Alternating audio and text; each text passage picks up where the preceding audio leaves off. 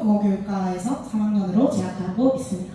네, 그리고 부산대 CLC라는 이제 선교단체에서 선교훈련을 받고 있는데 감사하게도 이번에 저를 기도하는 자리로 불러주셔서 거기서 기도 순장, 그러니까 누군가를 제자화하는 사람을 순장이라고 합니다. 그래서 기도 순장을 불러주셔서 누구보다 캠퍼스를 위해서 먼저 기도하고 이 기도운동을 일으키는 일을 담당하게 되었습니다. 그리고 조금 거창할 수 있지만 저를 청년 단기 선교사로 하나님께서 불러주셨습니다. 네, 다음입니다. 혹시 CLC가 이상한 단체가 아닐까 하시는 분들이 계실까봐 제가 조금 소개를 해드리자면 캠퍼스 크루세이드 포 크라이스트라고 해서 그리스도를 위한 군대라는 이름의 정체성을 가지고 있습니다. 한국 정식 명칭으로는 한국 대학생 선교회라고 해서 대학생이 대학생을 선교하는 그런 단체입니다. 무브먼트 에브리웨어, 어디서나 영적 운동을 일으키자라는 표현을 가지고 다양한 사역을 이루어가고 있습니다. 네, 사역에는요, 넘어가겠습니다. 네, 사역에는요, 입체적인 복음화 운동이라고 표현을 하는데요. 이런 캠퍼스나 이런 저는 부산지구 소속이라서 지구 사역들을 통해서 대학생들 하고 있고, 이제 단기, 장기 선교 파송을 하고 있습니다. 작년 여름부터 이제 작년 하반기부터 올해 상반기까지 총 3,400명의 단기 선교사를 파송했고요. 그리고 커뮤니티 사역이라고 해서 교회 아니면 교회 지도자분들, 유학생, 졸업생 이런 다양한 커뮤니티들에서 이런 전도 사역들을 진행하고 있고 무엇보다도 청소년 사역도 지금 줄을 이루고 이제 변화하는 시대에 맞춰서 미디어 사역까지 진행하고 있습니다. 그래서 안 건드는 사역이 없을 정도로 굉장히 입체적인 복음화 운동을 일으키고 있다라고 보시면 되겠습니다. 넘어가겠습니다. 네, 그래서 제가 아까 본 사진은 이제 작년에 필리핀 단기 선교 교회에서 필리핀 단기 선교를 갔다 온 사진인데요. 제가 여러 가지 이유로 하나님 앞에 선교의 자리를 이렇게 몰아세움을 당했지만 최근에 있었던 일을 나누고자 합니다. 제가 불과 한 2주 이제 3주 전에 많이 넘어가셨어요. 더 넘어가셨어요 지금. 앞으로 가셔야 돼요. 네. 이 화면 빠져요. 화면 빠져요? 그냥 하겠습니다. 그래서 2, 3주 전에 제가 이제 저희 친할머니가 이제 하늘로 가셔가지고 제가 장례식장에 다녀왔습니다. 사실 할머니께서는 이제 복음을 들어보지 못한 상태셨고 할머니가 위급하다는 소식을 듣고 거의 2달간은 시간 날 때마다 할머니 곁에 가서 복음을 들려드리고 기도하고 그런 시간들을 가졌었는데 할머니가 2달 동안 일식이 아예 없으셨거든요.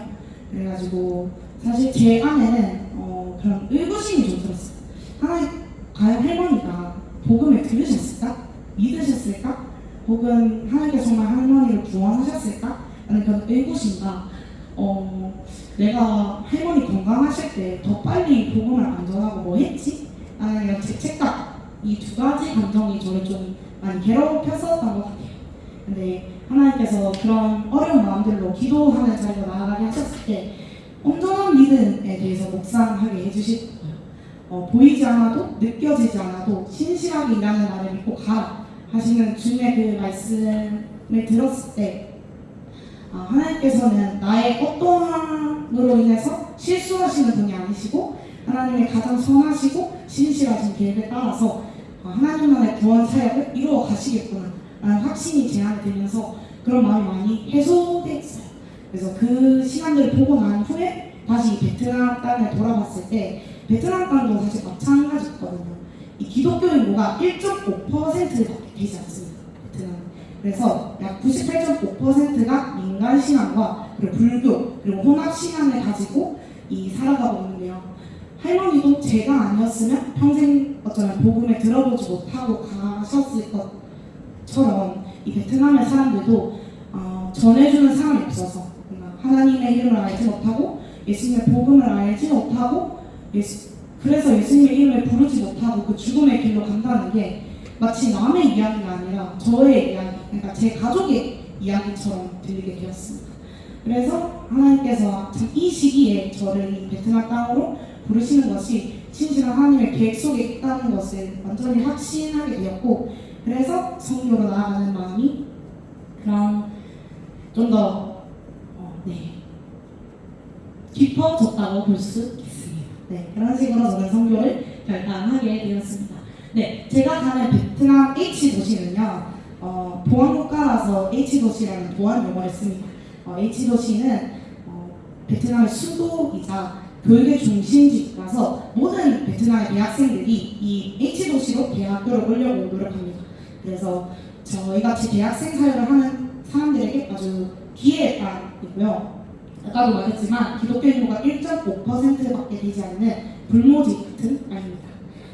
또한 요즘에 종교 관련 법이 점점 더 이게 급박해져가지고 목사님이 설교를 하려면 설교 내용을 정부의 승인 받아야 되고, 또 교회를 세우는 그런 기준들이 점점 빡세지고, 교회 행사를 하려면 무조건 그 지역에 있는 그 도의 승인을 받아야 하는 그런 압박감, 종교적 탄압 가운데 지금 위치하고 있습니다. 넘어가겠습니다. 그럼 베트남 땅에서 이제 우리가 어떤 사역을 할지 주제가 있습니다. 이제 주제인데요. 보이지 않는 하나님의 손길이라는 주제입니다. 에스더서는 이제 우리 성도님들도 다 아시겠지만 이제 페르시아의 이제 포로였던 이 유대인 족속들이 멸망할 뻔했는데 에스더를 왕으로 세우시고 또 모르드게를 통하여서 이 유대인 족속을 멸망으로부터 구원하시는 하나님의 구원 사역을 보여주고 있는 내용이거든요. 근데 에스더에는 조금 특이한 점이 있습니다. 바로 하나님에 대한 언급이 단 한 톨도 나오지 않는다는 사실인데요. 그래서 어쩌면 그것이 우연처럼 보이고, 모든 것들이 우연처럼 보이게 되고, 또 그 당시 에스더는 이제 유대인 족속들은 바벨론에 포로가 된 지 100년이 지난 채였고, 덕분에 페르시아의 문화에 접어들어서 여러 가지 우상숭배와 또 음란과 살인 등이 너무 처절하게 일어나는 도덕적 타락의 길을 걷고 있었습니다. 그래서 그 당시의 유대인을 보면은 하나님 마치 살아계시지 않는 것 같고 하나님께서 일하시지 않는 것처럼 보이시지만 하나님은 그러한 유대인의 어떤 거는 상관없이 하나님께서 약속에 따라서 그 구원 사역을 이뤄나가고 계시는 걸 이 에스더서에서 볼 수가 있습니다. 저는 그러한 에스더서의 역사가 이 베트남 땅에서도 일어나기를 간절히 바랍니다. 보이지 않는 하나님의 손길이 어쩌면 그 98.5%라는 이 불모지 같은 땅에서 하나님 마치 계시지도 않고 우리를 사랑하지도 않는 것처럼 살아가는 그 사람들에게 하나님께서 가장 신실하고 놀라운 때에 하나님께서 이뤄가실 놀라운 그런 구원 사역들을 이 베트남 땅에서도 보기 원하고 전하기 원하는 그런 마음으로 이런 주제를 선정하게 되었습니다. 네, 다음입니다. 사역은요, 총 이제 크게 5가지 사역을 이루어집니다. 한국어 교실, 또 한국의 문화 교류, 코리안 파티, 캠퍼스 전도미 순모임, 순모임은 제자원 사역이라고 생각하시면 됩니다. 그리고 언어 교육 전도 이런 5가지로 이루어져 있고요. 저는 작년에 한국어 교실이 좀 성공적이었어가지고 한국어 교실에 이렇게 또 영입돼가지고 한국어 교실을 하게 됐고, 또 그 밖에도 캠퍼스 전도 및 순모임을 주로 할 예정입니다. 그리고 공연은 K-pop 댄스, 성극, 레크레이션 다양한 것들이 있는데요. 제가 K-pop 댄스 팀장을 맡게 되었습니다. 네, 아무튼 그렇습니다. 넘어갈게요. 네, 이거는 이 만들어진 저희 한배 교류 문화랑 이 한국어 교실 포스터인데요. 그래서 이미 거기 계신 선교사님들과 이제 대학생 선교사분들이 이거를 공유하고 있고 실제로 지금 QR코드를 통해서 한 1000명이 들어오고 있는 상태입니다. 넘어갈게요. 네, 일정은요 7월 7일, 그러니까 다음 주 온세대 연합 예배가 끝나고 월요일 아침에 출국을 하게 되고요. 그래서 캠퍼스 전도하고 코리안 파티 때 복음 전파를 합니다. 그래서 그 전주에 그러니까 3일 전에 주일이 있는데 그때 또 여러 가지 기도 제목들을 나눠드릴 테니까 꼭 같이 기도해 주셨으면 좋을 것 같습니다. 네, 이 정도고요. 이 사진은요, 제가 이제 저번 주에 평창으로 수련회를 가가지고 우리 20살 친구들을 데리고 전도 교육을 했던 그런 모습입니다. 제 사랑스러운 제자들이고요.